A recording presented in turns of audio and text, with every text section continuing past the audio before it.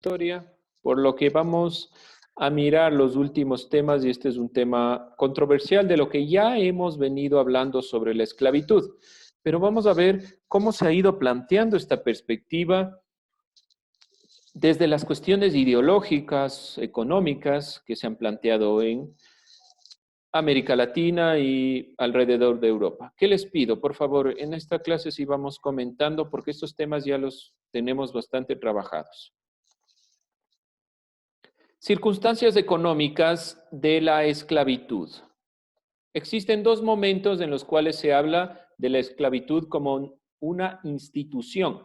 El primero, durante la antigüedad, hablamos principalmente de que los griegos, romanos, egipcios tuvieron esclavos. Posteriormente, el segundo momento debe ser indicado como una consecuencia del colonialismo y de la acumulación de capital a partir del siglo XV. Por lo tanto, en la época antigua, griegos, romanos, egipcios tenían esclavos que les permitieron construir sus edificaciones, sus templos y demás consideraciones. En la época del colonialismo, a partir del siglo XV, descubrimiento de América, 1492, comienza a introducirse el esclavismo de otra forma. ¿Cuál será la diferencia entre los esclavos de la Edad Media y los esclavos de la Edad Antigua y los esclavos del colonialismo? ¿Cuáles creen que son las diferencias? ¿No les parece que son lo mismo? ¿Alguien? ¿Alguna idea? ¿Puede repetir la pregunta? Claro que sí. ¿Cuál creen que sea la diferencia entre los esclavos que sí existían, por ejemplo, en Roma, en Grecia, en Egipto, con los esclavos que existían en América Latina, en el colonialismo? ¿Cuál será la diferencia? ¿O no hay diferencia? Pues tenían diferentes trabajos. ¿Ya los trabajos en la colonia? Listen, yo. A ver, Alison. Listen. ¿Sí? Sería que... Óigame. Vamos de nuevo, Alison, que se me entrecorta. No le escucho bien.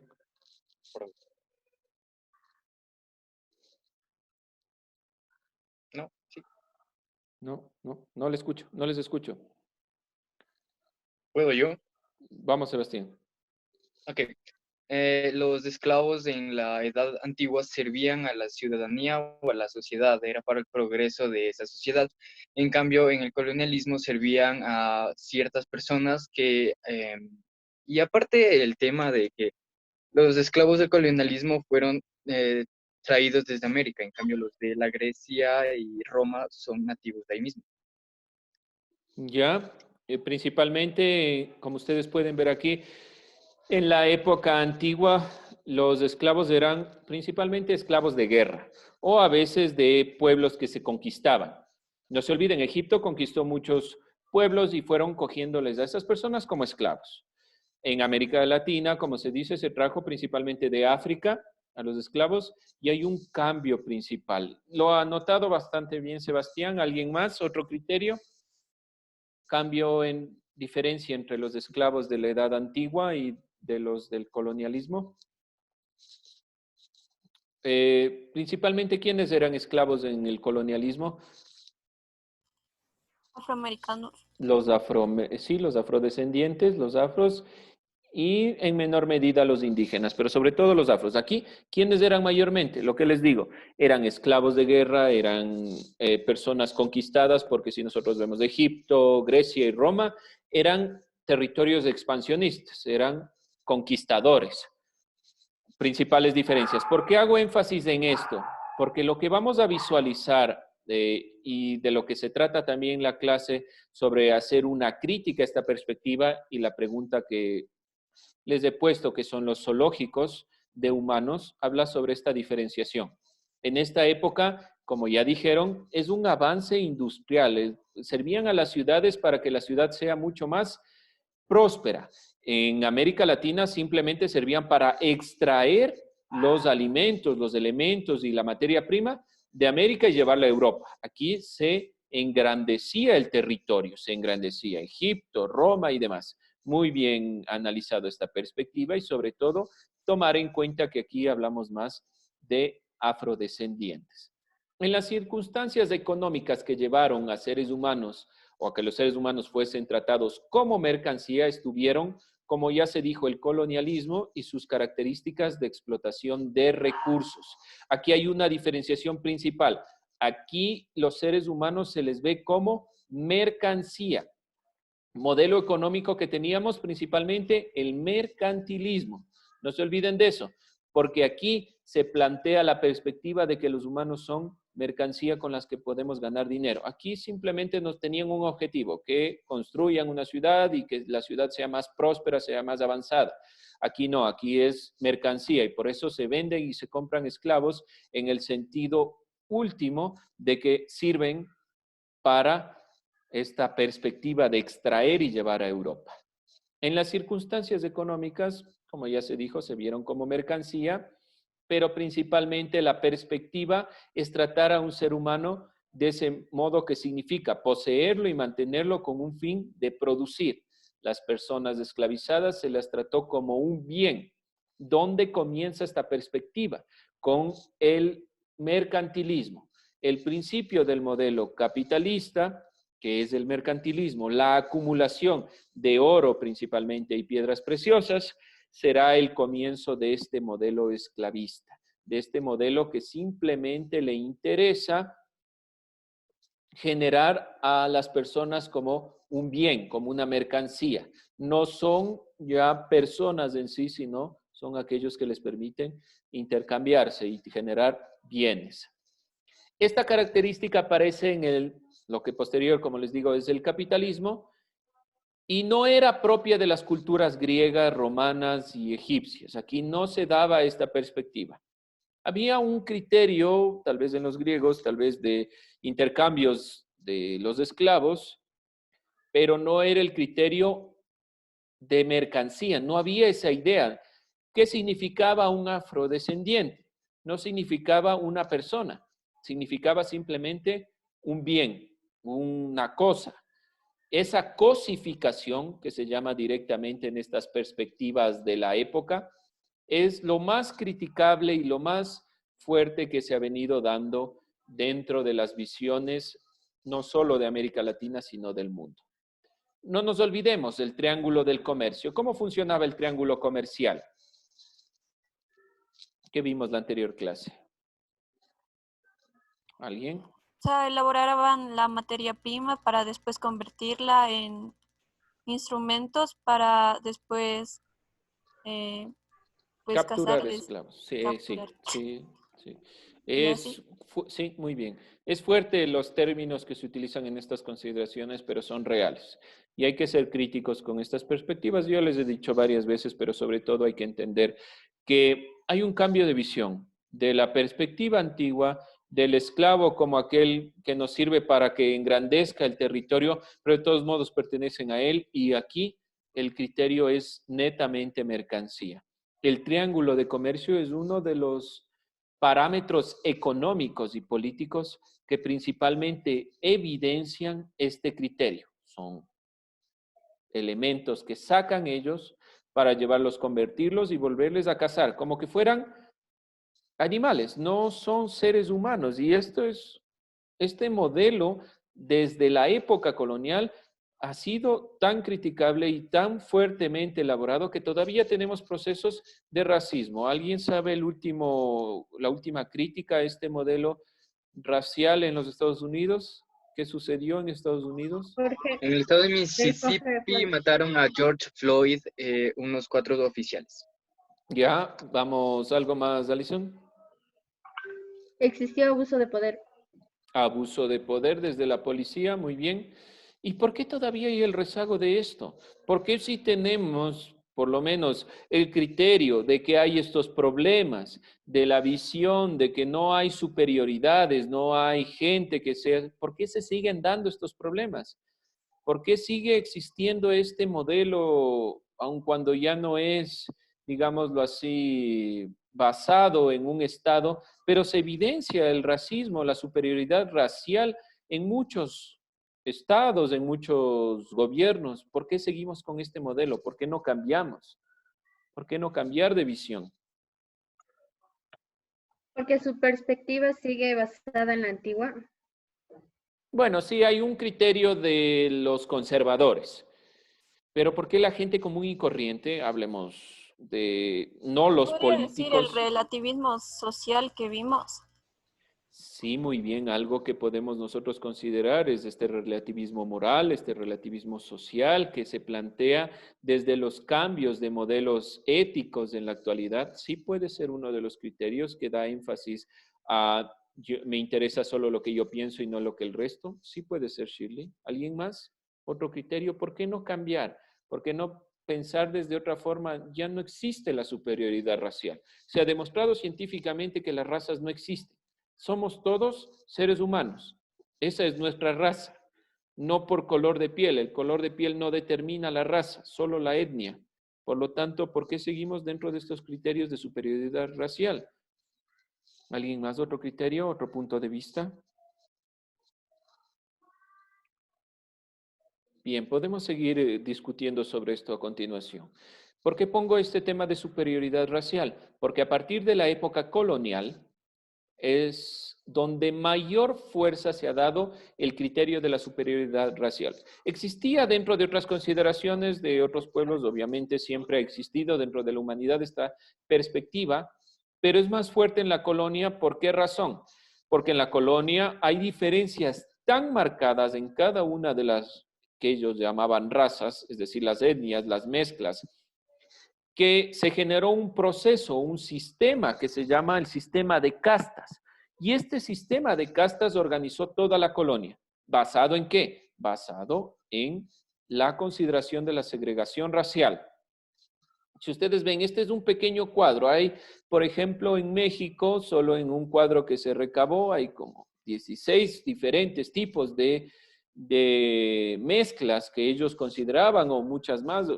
Son muchísimas. Yo solo he puesto 8 consideraciones entre mezclas mulatos españoles, los que resultan con los españoles, los chinos con los indígenas, indígenas con españoles y demás.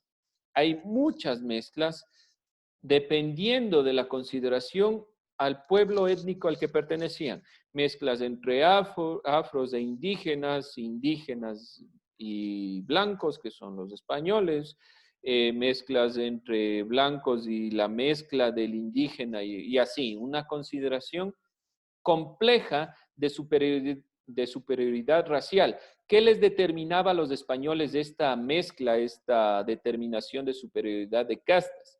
Tener un sistema político y económico basado en la raza. Y desde esta época es fuertemente planteado dentro de la economía. No solo es político, no solo es cultural, ya está determinado directamente en la economía, porque aquellos de las castas bajas, que son los que producen y trabajan la tierra, son los que generan la ganancia. Y la acumulación del dinero, que es de este modelo mercantilista, está netamente basado en el impulso de lo que es la visión principal de las circunstancias principales y basadas en esta superioridad racial y en el esclavismo. Esta superioridad racial ha dado casos como los campos de concentración en Alemania, los modelos que impiden que la sociedad avance y perspectivas de este estilo.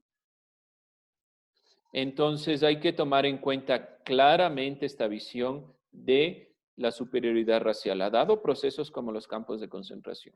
¿Por qué si se dio la Segunda Guerra Mundial? ¿Por qué seguimos siglo XXI con estas perspectivas? ¿Por qué no cambiamos? ¿Por qué no mejorar la visión de nuestra realidad y entender que todos somos, de cierta forma, iguales en cuestión de acceso a derechos?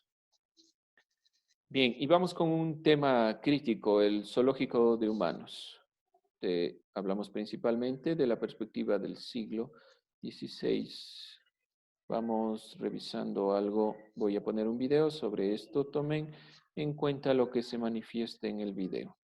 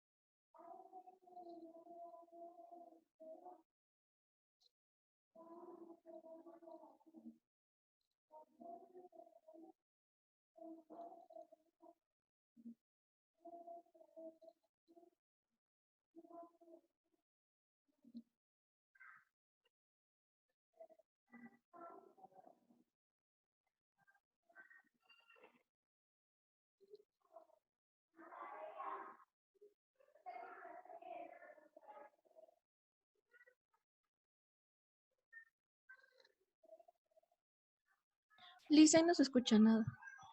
No se preocupe, no tiene audio. Solo vamos revisando las imágenes y lo que dice ahí, desde dónde comienza y hasta dónde acaba, ¿sí?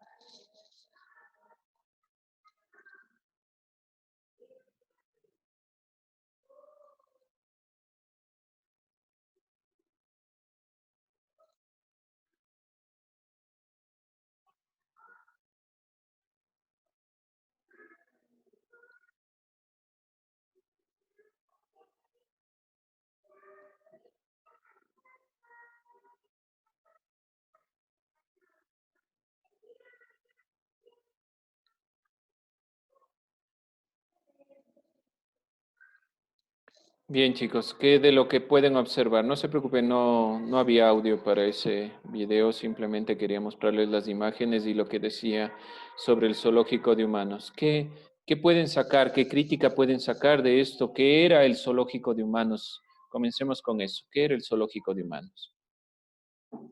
Exhibición de personas afrodescendientes, de indígenas o de otras etnias no pertenecientes a las españolas o blancas. Muy bien, y esta perspectiva era como un negocio, como tener un simple espectáculo de gente que nosotros consideramos diferente. ¿Alguien más? Zoológico de humanos que se pudo más Eh, observar.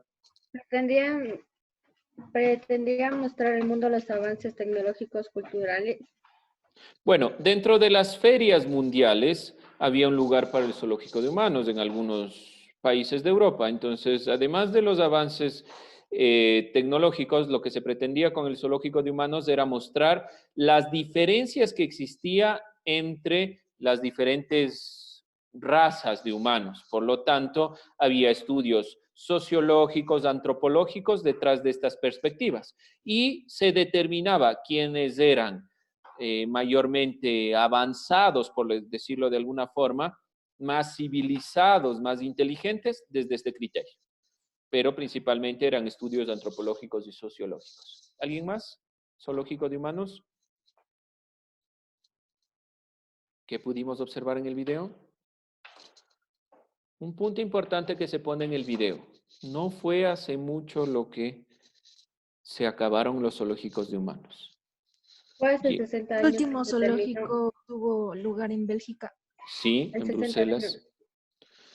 ¿Por qué hacen énfasis en esto en el video? No hemos cambiado mucho, no es porque se acabó la guerra, no es porque se acabó la colonia, que ya generamos procesos de independencia y ya generamos un nuevo proceso de identidad. Siguen existiendo los mismos parámetros. De ahí la consideración con Freud en Estados Unidos, con las consideraciones de segregaciones raciales en diferentes partes del mundo.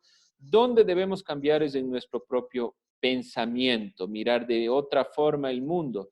Si es recién lo que se acabó eso, seguimos con esos procesos, seguimos con esas perspectivas. Si nosotros vemos también históricamente en la época de los Estados Unidos, en la independencia de los Estados Unidos, posteriormente, cuando se unifica el país desde la perspectiva de Abraham Lincoln también, se plantea un proyecto de que no exista segregación racial, pero tiene que llegar hasta el siglo XX con Martin Luther King para que realmente se dé un cambio. El ser humano o le cuesta o se adhiere mucho a los procesos que ya tiene conocidos. Nosotros, en general, ustedes como estudiantes, ¿dónde cambian realmente las realidades cuando cambian de punto de vista? No cuando se quedan con las mismas nociones que siempre han aprendido, que siempre han visto. Cambiar la realidad es primero pensar desde otro punto de vista, desde otra forma. ¿Y dónde se establecen directamente entonces como mercancía a las personas? Desde la época colonial. ¿Qué era el zoológico de humanos? Ya lo dijeron, ¿sí? Tomarán en cuenta eso que se dijo porque la pregunta era esta perspectiva. Ahora vamos lo que nos queda de la clase haciendo un análisis crítico de estas perspectivas. Vamos, alguien más que quiera comentar sobre lo que se ha visto en la clase, sobre el video, sobre la superioridad racial. ¿Qué piensan, qué opinan sobre esto? ¿Cómo es? El racismo no debe estar netamente con la historia, pero así, por ejemplo, en personas emblemáticas, los científicos más conocidos del mundo, ¿quiénes son? Puede ser Albert Einstein, Nikola Tesla, y son blancos, por así decirlo. Y es la persona blanca la que más descubrimientos ha hecho en la historia, y por eso es que se sienten tan superiores a las demás razas. Por ejemplo, en la colonia, la etnia blanca tenía armas, tenía muchas cosas que apenas los afrodescendientes no conocían, ni los indígenas. Y por eso es que la etnia blanca se siente superior a las demás razas por supuestamente tener un coeficiente intelectual alto. Ya, bien. Y desde ese punto de vista que acaba de nombrar, ¿cuál es su postura? Ha Pues que la identificado verdad los puntos, pero ¿cuál es su postura?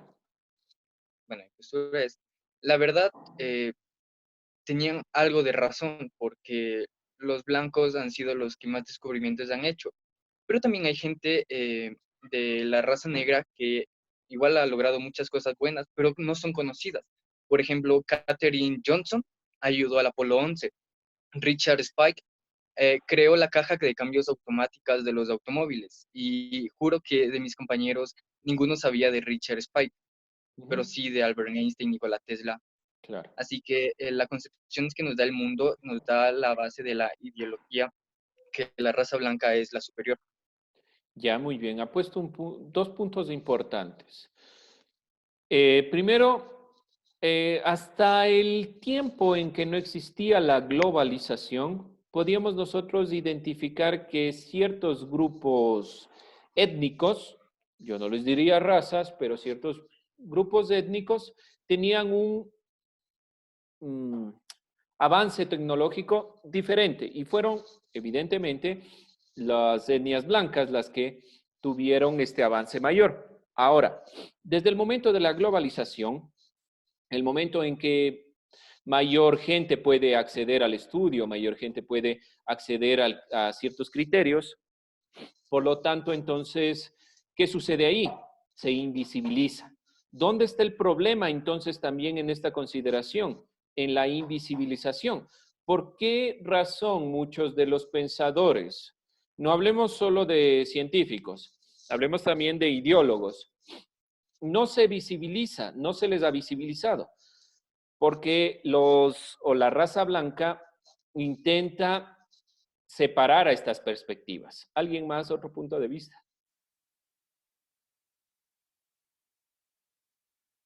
¿Alguien más? ¿Otra idea, otro punto de vista?